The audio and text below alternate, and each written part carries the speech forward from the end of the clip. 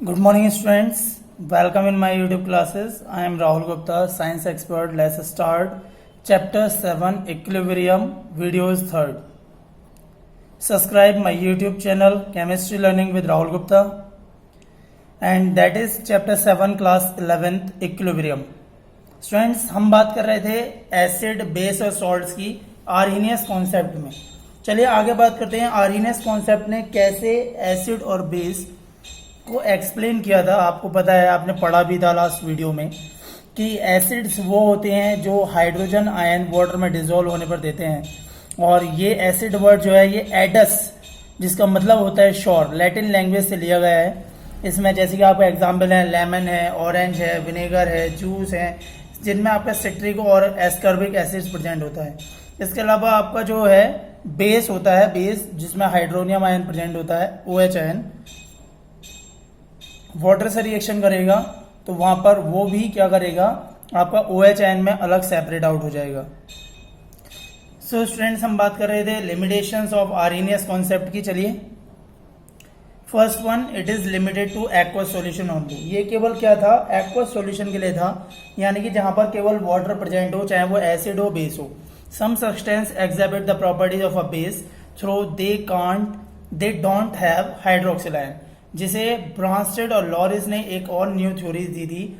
और उस थ्योरी में उन्होंने एक्सप्लेन किया था ऐसे एसिड और बेस जिनकी टेंडेंसी जो है वो प्रोटॉन डोनर की थी, और एसिड वो थे जो प्रोटॉन डोनेट कर सकते थे, और बेस वो थे जो प्रोटॉन एक्सेप्ट कर सकते थे। लाइक एक एग्जांपल देखिए आगे, जैसे कि आप यहाँ देख सकते हैं। देखिए हाइड्रोजन जो आपका एसिड है वाटर के साथ रिएक्शन करके क्या कर रहा है, हाइड्रोक्सिल आयन बना रहा है, H3O+ बना रहा है, और आपका जो भी सॉल्ट रहेगा वो अलग हो गया। ये ब्रांस्टेड लॉरी एसिड कॉन्सेप्ट था, इसमें ब्रांस्टेड लॉरी एसिड और बेस उन्होंने माना था वाटर में। उधर जो बन रहा है आपका वो ब्रांस्टेड लॉरी एसिड्स बन रहा है, दिख रहा है स्टूडेंट्स। तो यहाँ पर क्या है, आपका हाइड्रोजन आयन जा रहा है, दूसरे तरफ ब्रांस्टेड लॉरी बेस बन गया। तो ये अपने आप में उन्होंने क्या था, एक लॉस ऑफ इलेक्ट्रॉन और एक्सेप्ट ऑफ इलेक्ट्रॉन के बेस पर एक्सप्लेनेशन दिया था, जिससे पूरी थ्योरी की जो भी थ्योरी उन्होंने दी थी आर्हीनियस ने, उसमें बहुत बड़ा एक बदलाव हो गया। तो उन्होंने एसिडिक और बेस जो भी प्रिपेयर कर रहे थे उससे बनने वाले को कहा कॉन्जुगेट एसिड बेस। ठीक है स्टूडेंट्स, और उस रिवर्स को रिएक्शन को उन्होंने एक तरीके से कॉन्जुगेट बेस जो थे उन्हें वीक एसिड वीक बेस पर डिपेंड करा।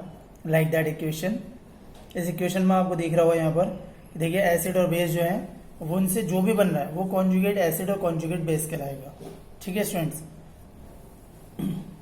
तो उन्होंने एसिड क्या कहा, एसिड वो जो इलेक्ट्रॉन डोनेट करता है और बेस वो जो इलेक्ट्रॉन एक्सेप्ट करता है। ठीक है स्टूडेंट्स, तो इसमें आपके कॉन्जुगेट एसिड और बेस के बेस पर एक्सप्लेन किया गया ब्रांस्टेड लॉरी कॉन्सेप्ट को। एक एग्जांपल और देख लीजिए, हाइड्रोक्लोरिक एसिड वाटर में मिक्स किया गया तो हाइड्रोनियम आयन और क्लोराइड आयन बना, जिसके बेस पर उन्होंने क्या करा, कॉन्जुगेट एसिड और बेस को एक्सप्लेन किया। That is the equation.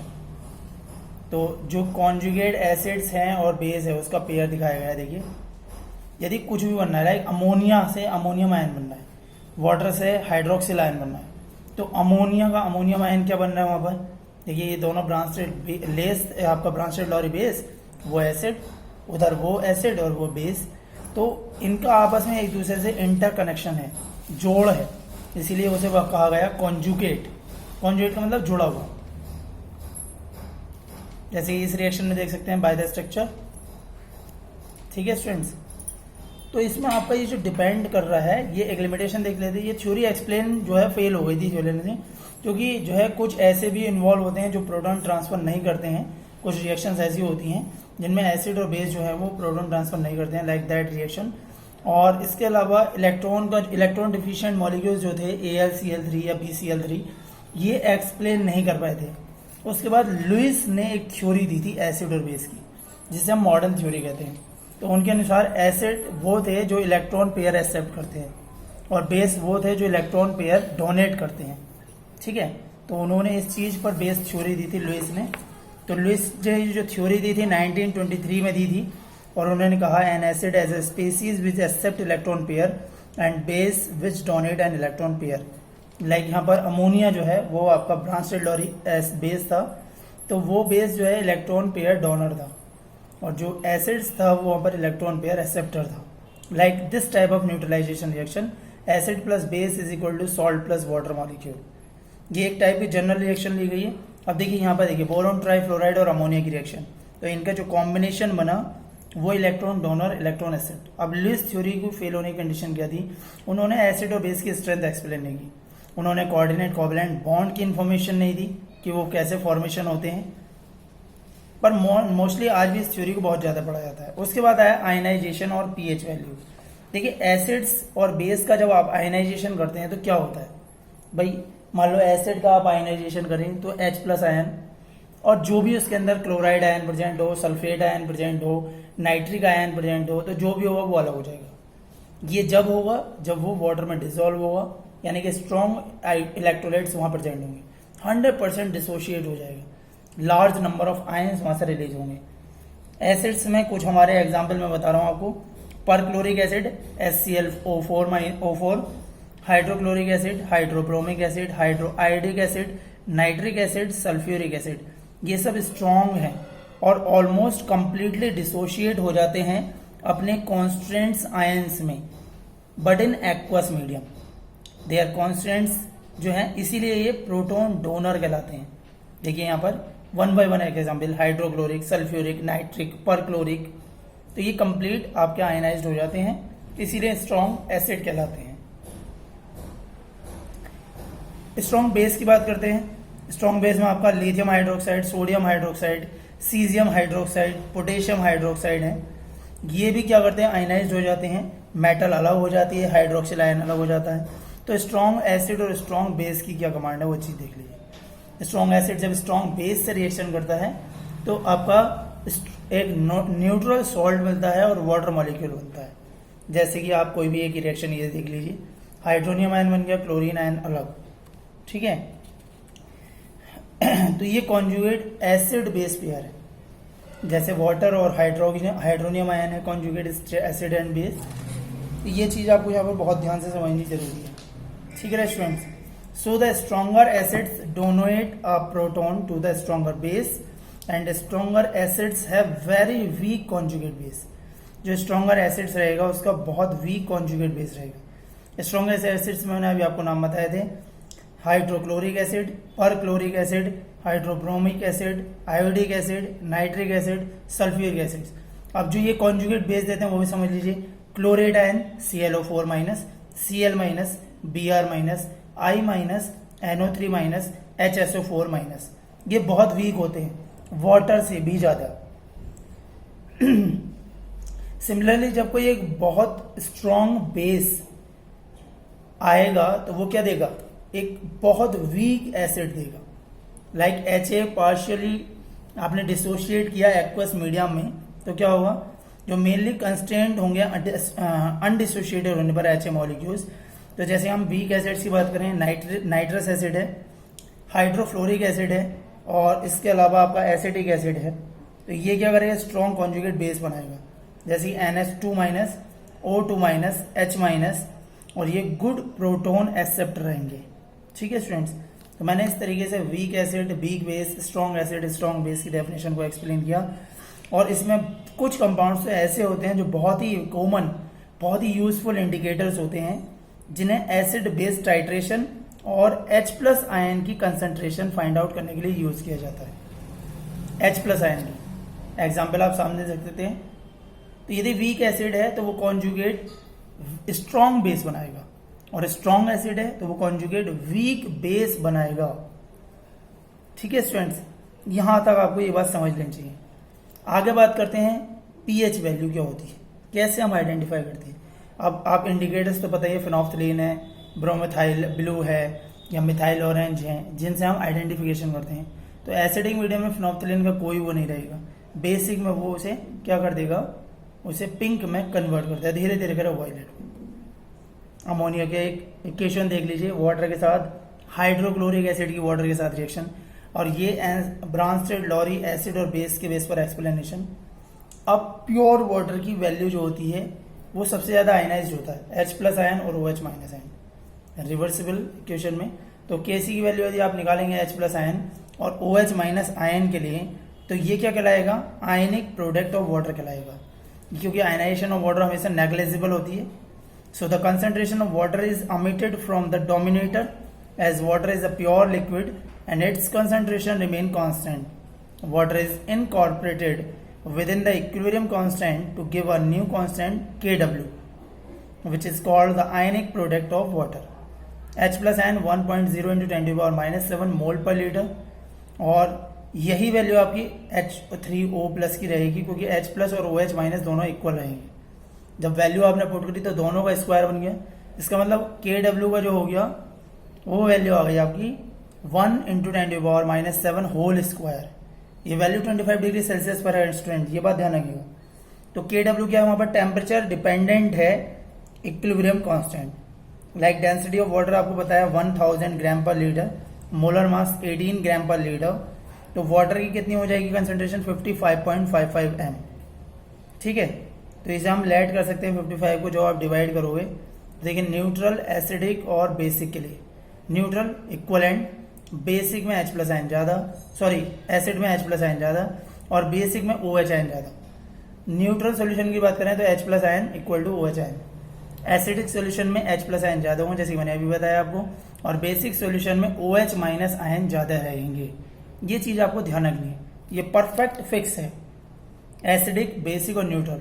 So that is the pH scale which explained the values of strong acid, weak base, strong base और weak base. ठीक है स्टूडेंट्स, तो pH value hydronium ion concentration in molarity is some convenient expressed on a logarithm scale known as the pH value. The pH of the solution is defined as the negative logarithm to base 10 of the activity AH plus of hydrogen ion in dilute solution less than 0.01 m. Activity of hydrogen ion H plus is equal in magnitude to molarity represented by H plus. It should be noted that activity has no units and is defined AH plus equal to H plus per mole liter inverse.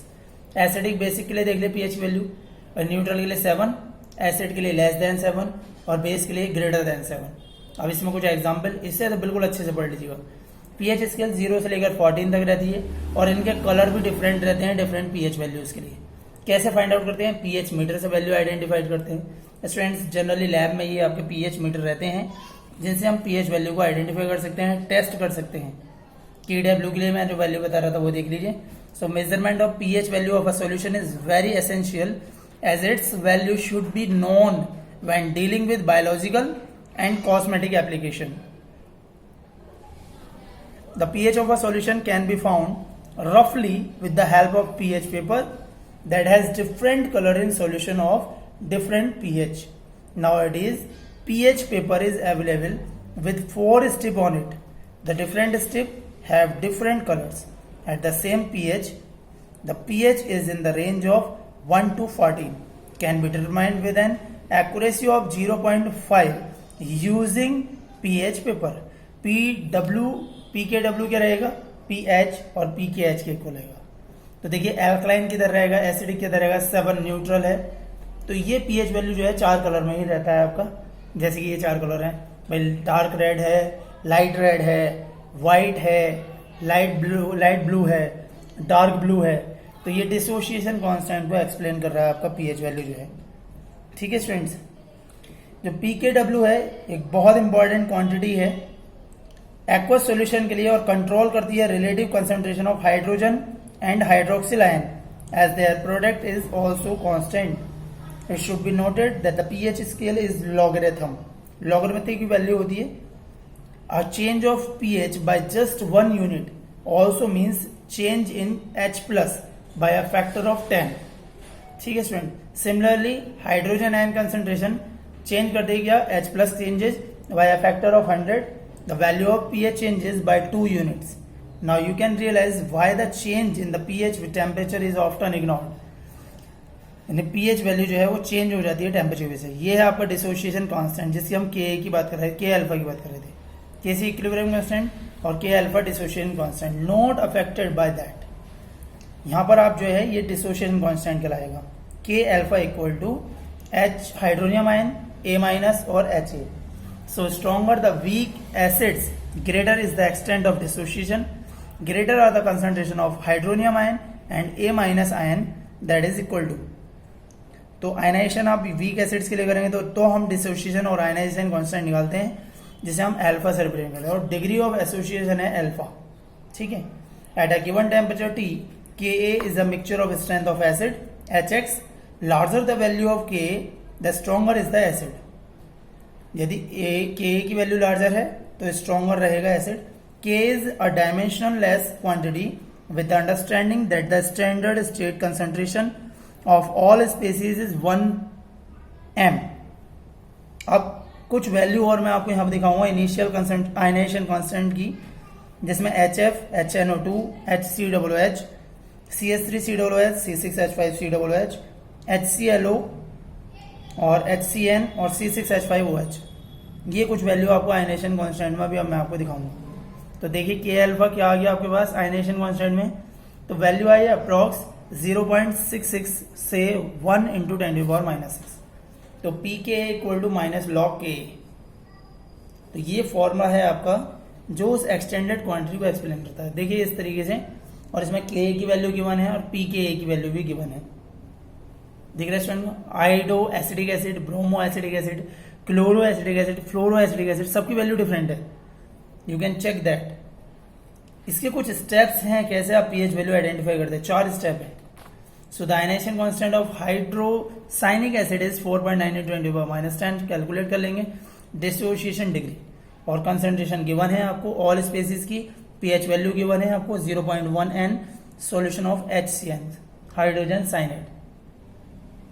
So the species, अब हम calculation की बात कर लेते हैं. The species present before dissociation are identified are branched Lowry acid and base.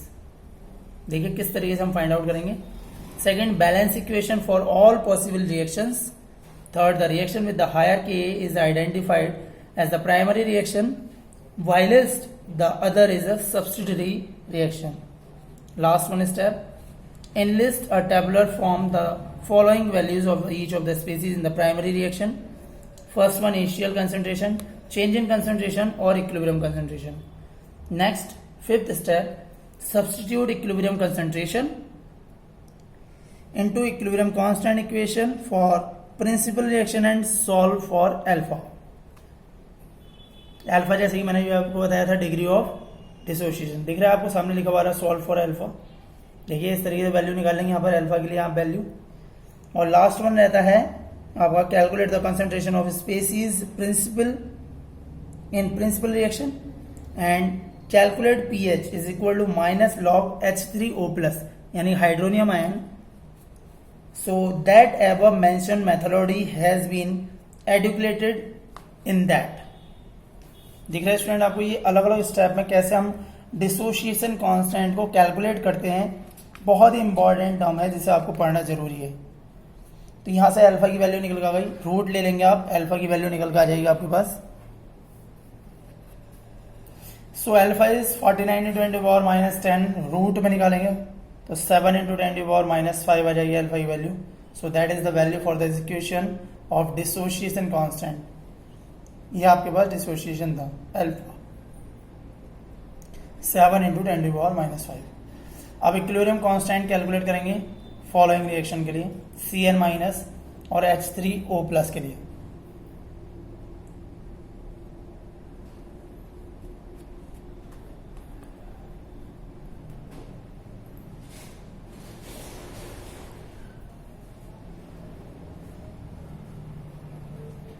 दिख रहा है स्टूडेंट्स आपको Cn- की वैल्यू है 7 × 10⁻⁶ और Hcn की वैल्यू है 3 × 10⁻⁶.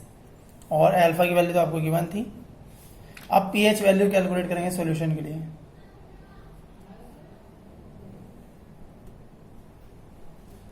देखिए पीएच वैल्यू H+ के लिए वैल्यू पुट कर ली 7 × 10⁻⁶ थी. H+ आयन के लिए कैलकुलेट किया आपने वैल्यू तो आगे 6 - log 7, 6 में से 0.8451 माइनस कर देंगे.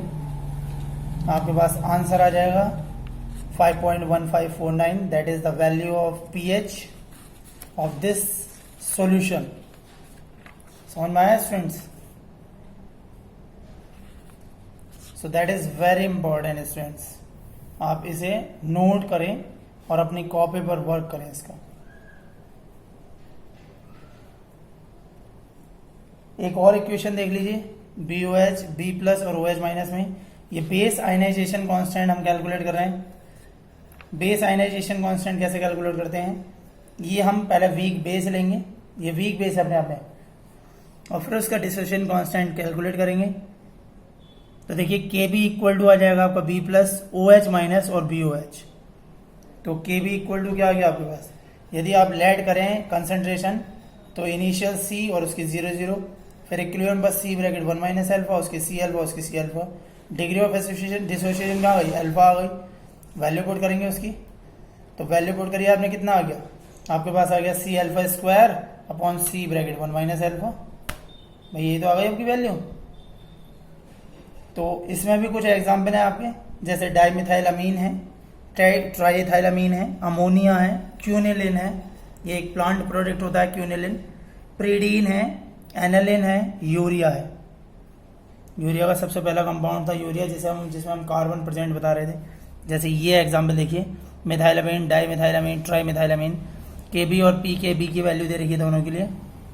बहुत इंपॉर्टेंट स्टूडेंट्स, चैप्टर ही इंपॉर्टेंट, इक्विलिब्रियम सबसे इंपॉर्टेंट, समझने वाली बात है। अब देखिए हम बात करते हैं Ka की, जिसे हम बोलते हैं कॉमन आयन इफेक्ट। इनका रिलेशनशिप निकालेंगे अभी। आप देखिए Ka हमारा एसिड के लिए आ गया और KB हमारा बेस के लिए आ गया। अब इन दोनों का रिलेशनशिप K और KB का क्या रहेगा वो देखती है। तो देखिए रिलेशनशिप कैसे रिप्रेजेंट करेंगे, दो कोई भी इक्वेशन के लिए Ka के लिए एक एसिड वाला और KB के लिए एक बेस वाली हमने वैल्यू निकाली। अब आपको पता है कि Ka और KB जो की वैल्यू जो है आपके पास, वो वैल्यू किसके लिए रहेंगे, एसिड और बेस के बेस पे रहेंगी। देखिए इस इक्वेशन को देखिए, ये एसिड के लिए थी और बेस के लिए भी देख लीजिए आप। देख रहे हैं स्टूडेंट्स किस तरीके से आपकी इक्वेशन है। ये कॉन्जुगेट बेस जो था स्ट्रॉन्ग, वीक एसिड बना रहा है, that is equation. So the equilibrium constant for a net reaction obtained after adding two or more reaction equals the product of equilibrium constant for individual reaction. K net equal to K1 into K2 into K3। देखिए final equation water के लिए देख लीजिए आप, hydronium ion और hydroxyl ion आ रहा है आपके पास। K net निकालेंगे आप, तो K net किसके इक्वल हो जाएगा भाई, KOH और KH प्लस आयन के लिए हो जाएगा। KB तो निकाल लिया आपने। अब KB किसके लिए इक्वल हो गया आपका, KW अपॉन KA क्या आ गया, तो K into KB equal to KW आ जाएगा, क्योंकि PKA plus PKB equal to होता है PKW, that is equal to 14। तो KW क्या था, आयनिक प्रोडक्ट ऑफ वाटर। तो नेट आप निकालेंगे, K इक्वल टू क्या हो गया, K इंटू KB होता है। अब देखिए इधर K इंटू KB इक्वल किसका हो गया भाई, A माइनस कट गया, HA से HA कट गया, तो H3O प्लस रह गया और OH माइनस रह गया, जो कि किसके इक्वल था अभी, K नेट के इक्वल था या KW के। तो K इंटू KB किसके इक्वल हो गया, KW का हो गया, इक्विलिब्रियम कांस्टेंट ऑफ वाटर। देखिए इस वैल्यूज को। अब ये किसके equal, K into KB equal to KW हो गया। अब आप यदि इसमें लॉगरिथम लेंगे तो P के वैल्यू आ जाएंगी, तो PKA plus PKB equal to PKW, that is and then equal to 14, और इसकी वैल्यू किसके इक्वल रहेगी, 14 की रहेगी, और PKW की वैल्यू 1.10 into 9। PKB की जो वैल्यू थी अभी मैंने आपको बता दी यहाँ पर। तो देखिए एसिड जो है वो इस तरीके से अपना बिहेवियर को रिप्रेजेंट करता है। वहीं पॉलीप्रोपोटिक एसिड की बात करें, पॉलीप्रोपोटिक एसिड क्या होता है, जहां पर आपके एसिड मॉलिक्यूल ज्यादा हो, जैसे कि H2SO4 में, ठीक है। H2SO4 क्या है, डाई बेसिक एसिड है, जिसकी बेसिसिटी 2 है। ट्राइप्रोपोटिक एसिड 3 हाइड्रोक्सिल ग्रुप, जैसे कि H2SO3 के लिए बात करें तो वो किस में कन्वर्ट होगा, H3O प्लस और HSO3 माइनस। तो यहाँ पर आयनाइजेशन कांस्टेंट यदि हम पॉलीप्रोपोटिक एसिड की बात करें तो ऑक्जेलिक एसिड हो सकता है, ascorbic acid, sulphurous acid, sulphuric acid, कार्बनिक एसिड, सिट्रिक एसिड और फास्फोरिक एसिड। इसमें Ka1 और Ka2 की वैल्यू बहुत ज़्यादा होती है। देखिए जैसे कि आप इस इक्वेशन में देख सकते हैं। तो यहाँ पर Ka1 और Kb की जो 2 वैल्यू दे रखी हैं, और यदि कहीं थर्ड कंडीशन अप्लाई भी है तो वहाँ Ka3 की वैल्यू भी कैलकुलेट करेंगे। नॉर्मली आपके डाइवेसिक हैं 2 हैं, तो 2 तक तो आप 2 वैल्यू दिखाएंगे ही, Ka1 की और Ka2 की वैल्यू, जैसे इस इक्वेशन के लिए सल्फ्यूरस एसिड के लिए। अब पूछा गया है कि Ka2 जो है वो स्मॉलर देन Ka1 क्यों होता है, कैसे ऑब्जर्व करेंगे। हमने वहाँ पर एक एग्जांपल ले लिया प्रोपेनोइक एसिड, अभी आपको बताया था हमने। तो देखिए कितने H+ आयन वहाँ से रिलीज हो सकते हैं, 2।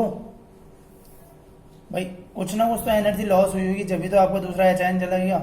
भाई एक छीनने के बाद दूसरा भी छीन ले तो बड़ी ताकत चाहिए, और यदि तीसरा भी छीन जाए तो और भी ज़्यादा ताकत चाहिए। उसमें ताकत चाहिए नहीं चाहिए? 1000 का नोट छिन जाए जेब में से तो ताकत कम लगती है, दूसरा छीना तो वहाँ तो मौत गले से पार आ जाएगी बिल्कुल, और तीसरे में तो बिल्कुल गर्दन कटना नंबर आ जाएगा। तो बिल्कुल वही हिसाब होता है, उतनी ज़्यादा ही एनर्जी अप्लाई होती है वहाँ पर। यदि एक हाइड्रोजन आयन तो आसानी से 2 के लिए उससे ज़्यादा ताकत, 3 के लिए सबसे ज़्यादा ताकत लगा देंगे, जैसे यहाँ पर इन ग्रुपों के लिए देखते हैं। HF के बीच में यदि बॉन्डिंग हुई हुई है हाइड्रोजन फ्लोराइड की, तो आपको पता है इलेक्ट्रोनेगेटिविटी जो होती है वो हमारी इस पर रिप्रेजेंट करती है। तो देखिए HF की वैल्यू, फिर H2O की, फिर NH3 की, फिर CH4 के लिए भाई हाइड्रोजन आयन पर बेस करती है। H की तो वैल्यू फिक्स्ड है, बाकी सब तो वैल्यू आपकी अलग हैं। तो जब आप बॉन्ड ब्रेक करोगे तो क्या होगा, एक इलेक्ट्रो पॉजिटिव में कन्वर्ट हो जाएगा, इलेक्ट्रो नेगेटिव में कन्वर्ट हो जाएगा, और यही चीज़ हमें यहाँ पर बतानी है। जैसे ही हमें पता है, देखिए यहाँ पर कि हैलोजन ग्रुप जो होता है वो सबसे ज़्यादा इलेक्ट्रोनेगेटिव रखता है, और टॉप टू बॉटम जाने पर इलेक्ट्रोनेगेटिविटी कम होती जाती है। फ्लोरीन आयन की पूरे टेबल में सबसे ज़्यादा पीरियोडिक टेबल होती है, दैट इज़ 4। फिर ऑक्सीजन का नंबर आता है, ठीक है, फिर नाइट्रोजन का, बट फ्लोरीन तो सबसे ज़्यादा है। अब इनकी बॉन्ड देखिए, बॉन्डिंग HI सबसे ज़्यादा पावरफुल आएगा, फिर HBr, फिर HCl, फिर HF, तो बॉन्डिंग नीचे जाने पर। अब बात करते हैं नेक्स्ट कॉमन आयन इफेक्ट। क्या होता है कॉमन आयन इफेक्ट एसिड और बेस के लिए? तो देखिए दोनों का कॉमन हम बात कर रहे हैं ना, आयन के कॉमन। तो एसिड है, यदि हम एक एसिटेट आयन ले लें एसिटिक एसिड से, और एक एसिड ले लें, तो वहां पर हम किस तरीके से रिएक्शन दिखाएंगे वो देख लीजिए आप। ये रिएक्शन दिख रही है आपको? एसिटिक एसिड की बात कर रहे हैं, एसिटेट आयन निकल के आ गया, और वाटर में H+ आयन भी था। तो देखिए किस तरीके से सॉल्यूशन अलग हो रहा है यहाँ पर।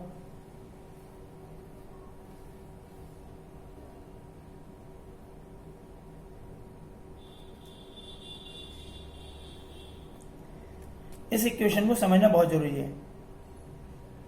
तो कॉमन आयन इफेक्ट क्या कहता है? जब आप कोई भी इक्विलिब्रियम कांस्टेंट फाइंड आउट करते हैं और उसकी कोई कंडीशन एलिजिबल ना हो, जैसे कि इसके लिए देखिए आप एक एग्जांपल लेके बात करेंगे।